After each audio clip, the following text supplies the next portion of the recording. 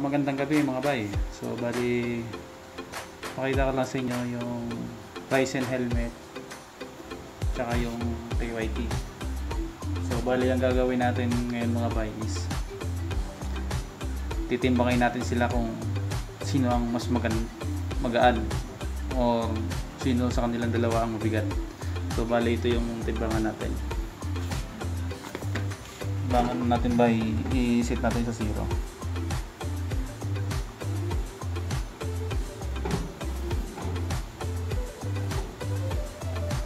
Ayan mga bay, naka 0 yan. So bali ngayon mga bay, unahin natin ng KYT. Ito kung ilan ang timbang. Sa tingin nyo mga bay, ilan ang timbang nito mga bay? So ayan mga bay, bali 1.8 siya, 1.8.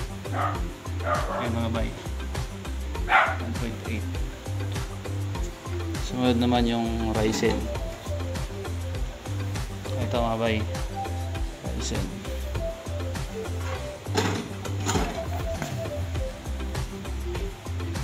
So bali mga bay, 1.9.